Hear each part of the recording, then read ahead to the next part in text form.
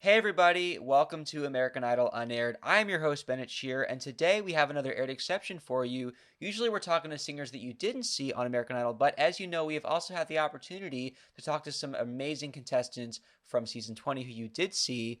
So please welcome Sam Moss. Hello, hello. This is my first podcast and I feel very cool. Thank you. First podcast. What an honor that I get to have you on this show. That's amazing. Let's get right into American Idol because I have to say, and just to be really straight up, because I always, when the auditions start, try to predict, okay, who's top 24, who's top 10, who's top five. I had in my top five, I think it was Fritz, I think Lee was there, but Sam Moss was in my top five. So when Sam Moss didn't make top 24, I was a little bit like, oh man, not only was I off, but I'm really disappointed right now. So I was bummed, but I'm happy that I get to talk to you. I also, okay, first of all, I'm honored that you thought that. And I was, oh my God, I I was also so heartbroken when I went home. I mean, obviously my life carried on, but like at that moment, it's like, wow, I really, really, really felt like deep in my whole soul that I was gonna keep going. And so yeah, I was kind of crushed at that time too.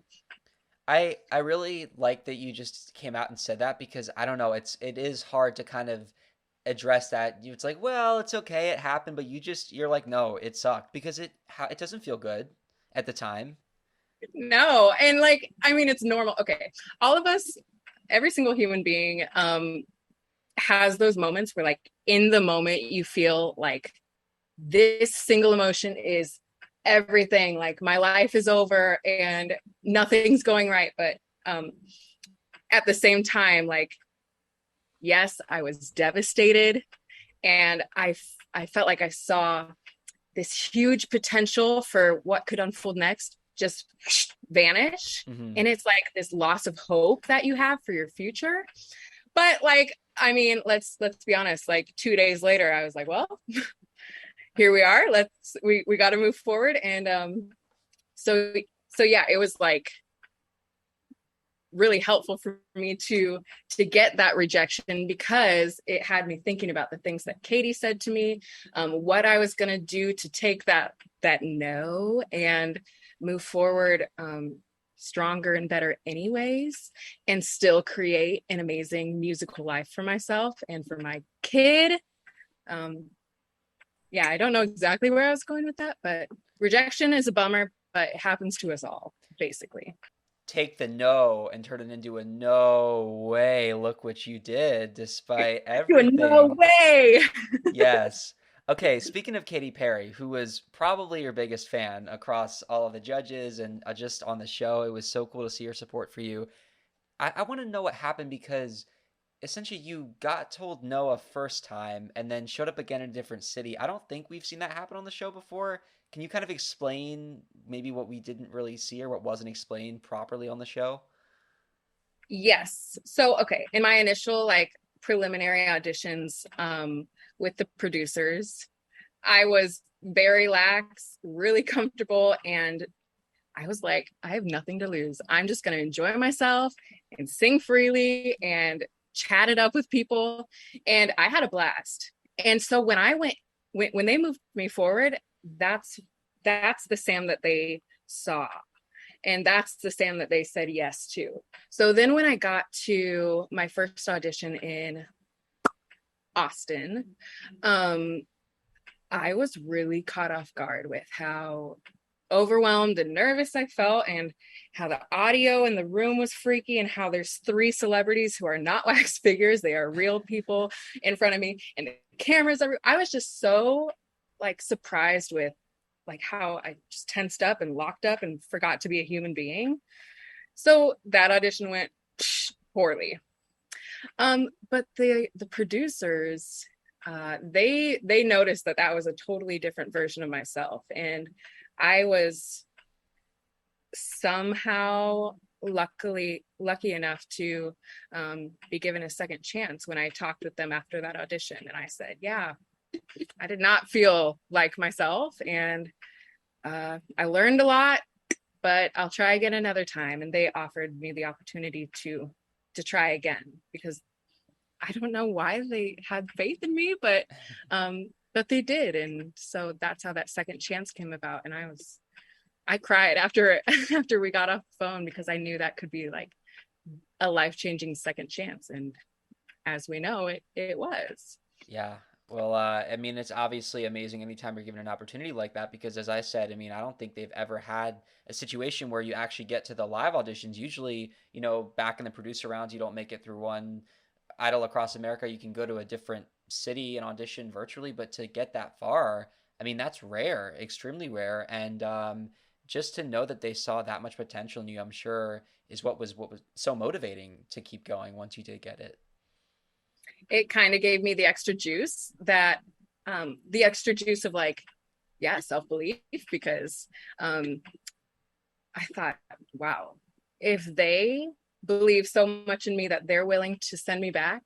And I heard through the grapevine that Katie had so much belief in me that she was bringing my name up. And I thought, there's no freaking way they're making this up. Um, but I guess that external motivation and faith in me gave me, it just filled in that extra little gap that I needed to fully believe I was worth being there, and that I was worth being heard. And once again, with that second chance, I thought, well, I have nothing left to lose this time. I mean, already flopped once, so let's just go and do our best here, Mm. and it was a totally different experience the second time around. I mean, seeing your name on that T-shirt though, that had to be pretty empowering too. Katy Perry wore your name on a shirt. Oh my God, there it is, Sam and Lydia and Grace. Yes, Wow. that's right. If you know, you know. You got to watch American Idol and catch up on the episodes if you haven't seen it. But basically, Katy Perry fought like hell for you so much that she put your name on a shirt to say, "I need Sam Moss in the competition." And I blacked out, to be honest. Oh man. So part of the Idol experience is not just getting to sing in front of the judges and perform for America, but the people that you meet, the connections you make with other artists. I'm wondering, were there any amazing friends that you made just from the auditions alone that you met as you were waiting to go and audition? Yeah. Um, I'll say getting to have those shared experiences with the other contestants really made me grateful for the fact that I got to be aired, because you have a whole podcast here on all the people who put in all the time, all the same effort, all the same hours, paused their job, paused their school, whatever they were doing, and invested so much energy into doing this audition. And you know, I saw how disappointing, and I felt how hard that was for a lot of people. So many of the people that I flipped through and saw on your podcast already, we met in first rounds, and we went through a huge portion of this journey together. And so it is kind of a bummer that some people don't get shown, but I know there's only so many hours that they can make content out of. And I just am grateful that I was one of the lucky ones that got to be on TV, it because I was on TV, I've been able to expand my songwriting career. And I want that for people who put in the same amount of time and the same amount of effort that I did, you know? Absolutely. I know that we only got to see you in some of the rounds that you were aired, however, because if I'm correct, so obviously aired in the audition, they didn't show your genre challenge, but then they did show your duet, and then they didn't show your showstopper, but then we found out that you weren't going to make the 24. So there is some Yeah, sort of American Idol unaired elements to this conversation because we didn't see all of your American Idol experience. right. I mean, they if you think about it, um, they had about 300 people that auditioned in the first round for the judges. There's no way that they can air and follow 100 to 300 people Oh yeah. one season. So I get why it happened, but yeah, even me who did get on air a couple times, like they showed like 1% of the things that I did. So it's a crazy amount of time invested for like the hope that you get this one little Right. moment of, you know. Yeah. It was just exciting though to be like a 1 second small town hero. Yeah, well, I mean, you made an impact. I mean, think about how memorable that audition was. Because if I think about it, I mean, those auditions, as many contestants as they cannot show, it does go on for what feels like a long time as a viewer, and you're stuck out to have Katy Perry fighting so hard for you on top of your talent. I mean, we were all blown away by your voice, so disappointed that I didn't get to see you in Genre Challenge, and I would love to hear what you sang and how it went so that we can get that information. Sure. I also really wish they would have showed my genre challenge song because I haven't heard it back ever. And from my perspective, I felt pretty hardcore. But I got so like high on adrenaline during that performance that I don't even know actually in a factual sense how it went because I was just so excited to be there. Yeah. I sang Take Me to Church by Hosier, and it was kind of like an angry take on that song. I was thinking about my sisters. I have a sister who is in the LGBTQ plus community, and her girlfriend, and how like religion has so has made their upbringing so confusing and frustrating, and like how you have to relearn to love yourself and you have to relearn to accept yourself, and you have to figure out how to scrape away any shame you felt, because that's not what like a faith in a higher power should feel like for somebody. And so all that frustration and like anger was put into that song, and I felt like it was a really powerful performance. Maybe I'll do a cover of it again now that I don't have a baby sitting Please. in my lungs. But yeah, after I sang that song, I got a standing ovation from the judges, and I was like, yes, Sam, you did it. Like, because I was sitting backstage before I went in, or before I went on, and I was like, coaching myself, like, Sam, like, you are cool, calm, collected. Just be one with the song, because my anxiety was actually like, Sam, run now. This is the life or death situation. Get out of here. Anxiety and stuff. But it was really satisfying to get to the ending and feel like I nailed it, and to also see, from the contestants in the audience and from the judges that they heard what I felt, and yeah, it was really cool. I imagine the ultimate thing that can get a contestant through something as scary as Hollywood Week is knowing that everybody else is going through the exact same thing. The anxiety that you felt having to go out on that stage. First of all, you're all there because you're incredibly talented. You made it past even the initial 300. So to be there in itself is a sign that you are there for a reason. But when it's like, oh my God, what do I do? I got to go on stage. This is so terrifying. It's also like, I am here because I can do this. And all these other people, they're feeling it too, but we all have to stick together. And I'm sure that there's so many stories about what it was like to just be with so many people, all going for the same dream. Of course, there's a competition, but really are all in this together to get through the week. Yes. And it was cool to get to know people on a personal level, but on like a performing level, I realized as I listened to everybody else on the stage that there is no space to hold back, and there's no space to have fear in that situation, because in order for me to continue, I knew that I had to, rise to the level of my competition.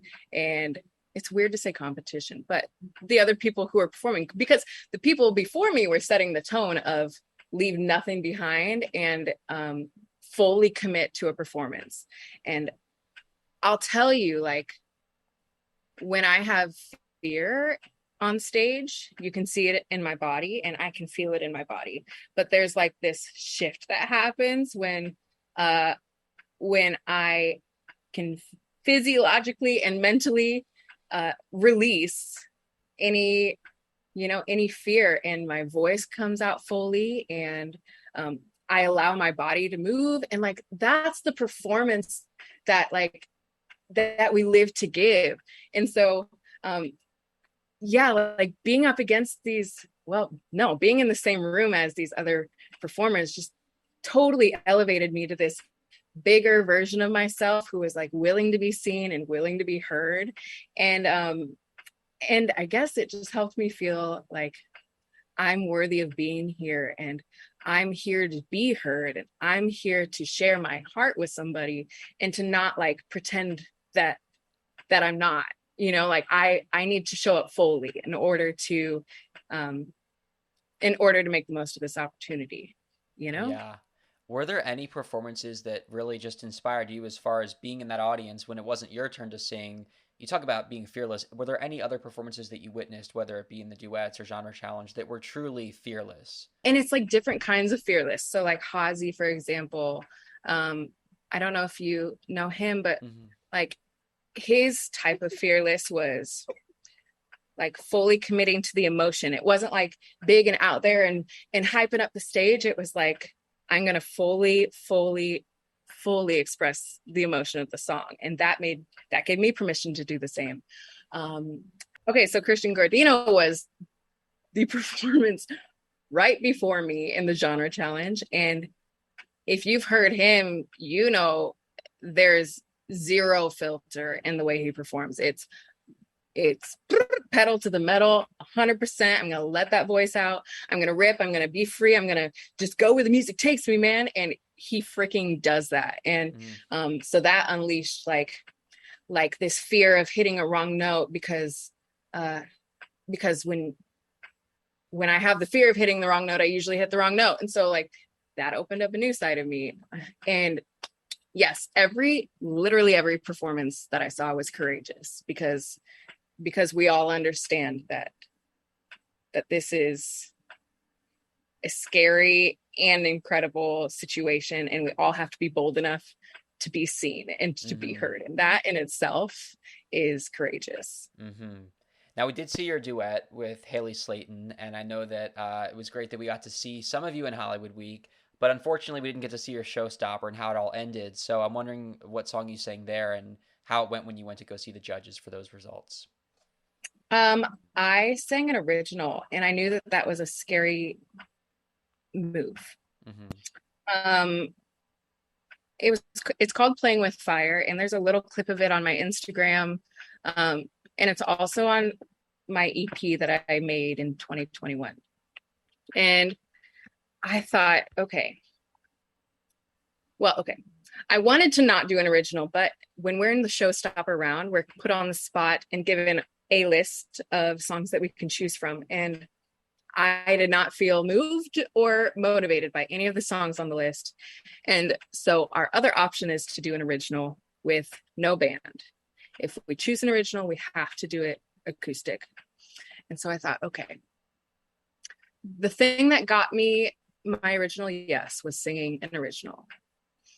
I have to I have to make the choice right now to do another original, and that will either push me through because I did that, or or it was a risk that got me home that I could be proud of doing. Okay. So either way it was a risk, but I knew that if I went forward or if I went home, I'd be proud of it.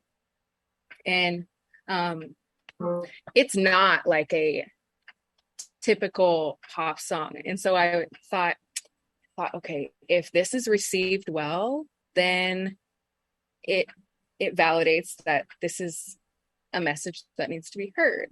And I think it's a beautiful song. I think it just, based on the feedback that Katie gave me, it just wasn't, you know, contemporary enough Hmm.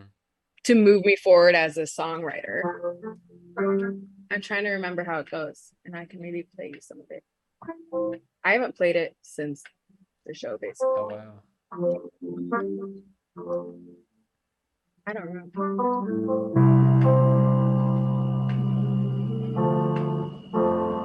I don't remember how it goes, but the words are, um, in a world saturated with false desire, playing with passion is like playing with fire. So it's a song about going against the flow, and instead of It's funny that I got sent home with this because it's a song about not doing what the world is trying to tell you to do, Mm. aka write music that just carbon copies the radio. Right. And the lyric does lean toward turning inward Hmm. and following that flame inside of you no matter what the world says about it. um, and so it's called playing with fire because playing with passion is your biggest tool, your biggest strength. um, and it's dangerous when you really commit to playing to living with passion. So it's like playing with fire. Yeah, Hmm. so it's the song that sent me home. Well, I know it sucked, but what you've been able to do since the show, like you said, it gave you a platform, and I think it's safe to say it changed your life. And I think it would be so cool if you could tell us what you've actually been doing with this songwriting because you're doing something incredibly unique and interesting.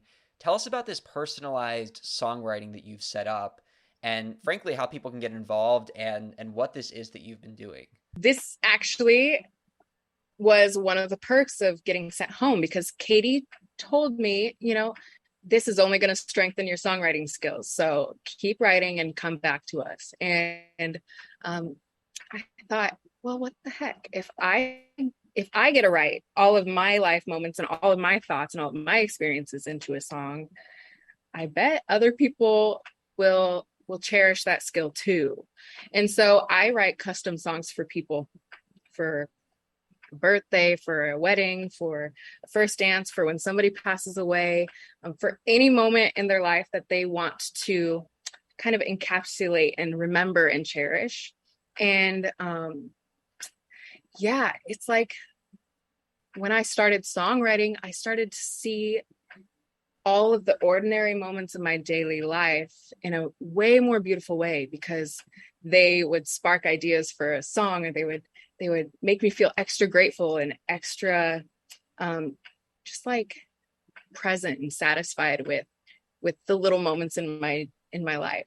And so when I walk people through how to write their custom song, I'm asking them the questions that I ask myself, like, what are the little moments that you appreciate about this person? What do they do on a day-to-day basis? What is your love story? And it kind of helps people see their life through this romantic lens.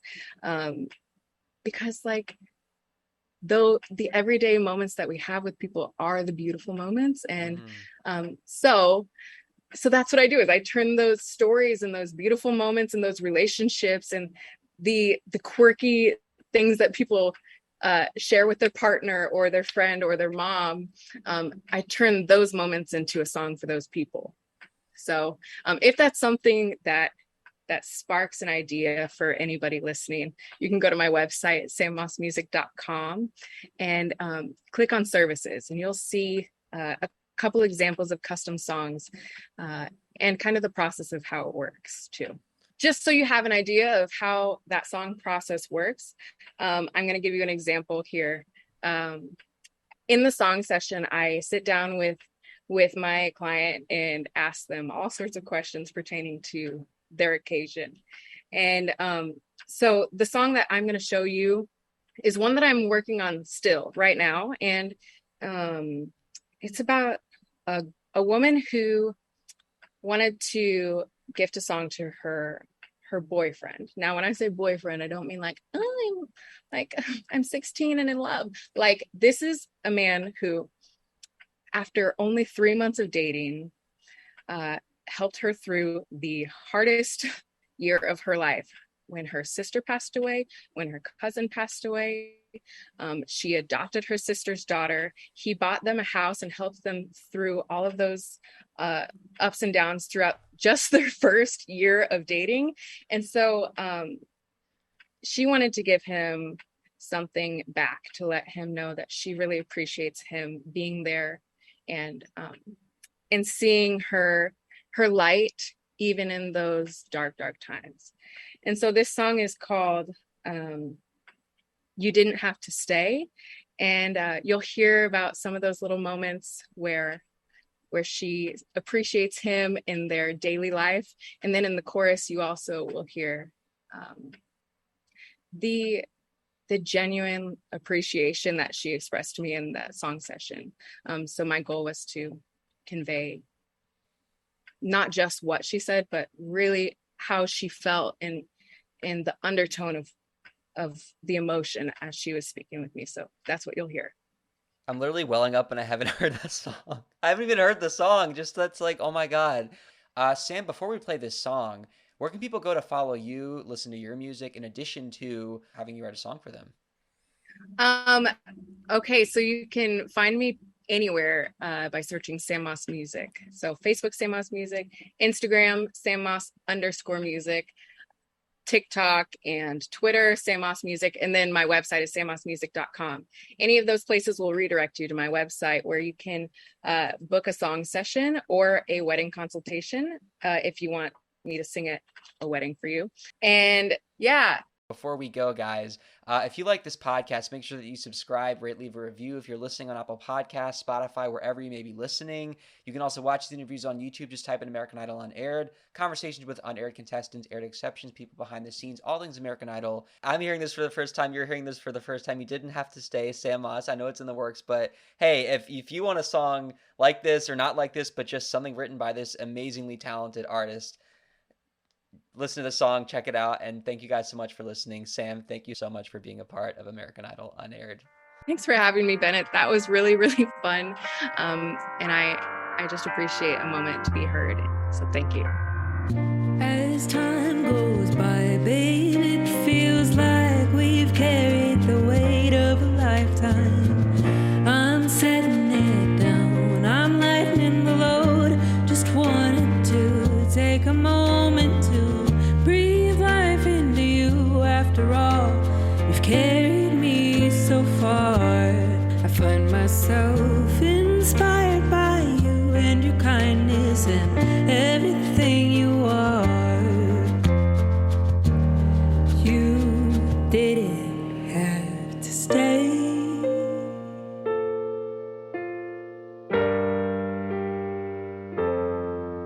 You could have walked away and I wouldn't have blamed you. I even opened up the escape chutes, but you stayed anyway.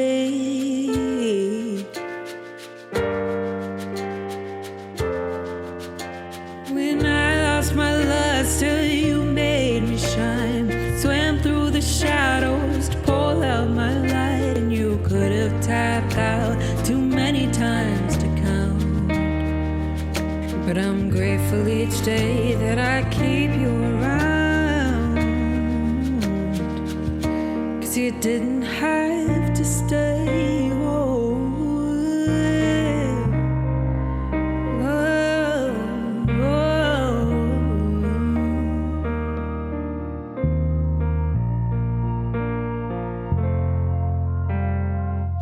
Bought us a house to fill with joy, to fill with love, and our kids, of course. Hold that long wink to make me smile.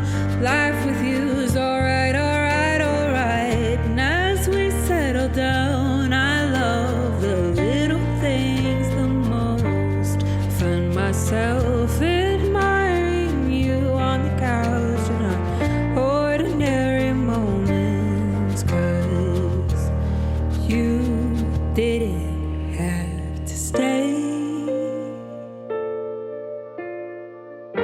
Oh, you could have walked away and I wouldn't have blamed you. I even opened up the escape chutes, but you stayed anyway.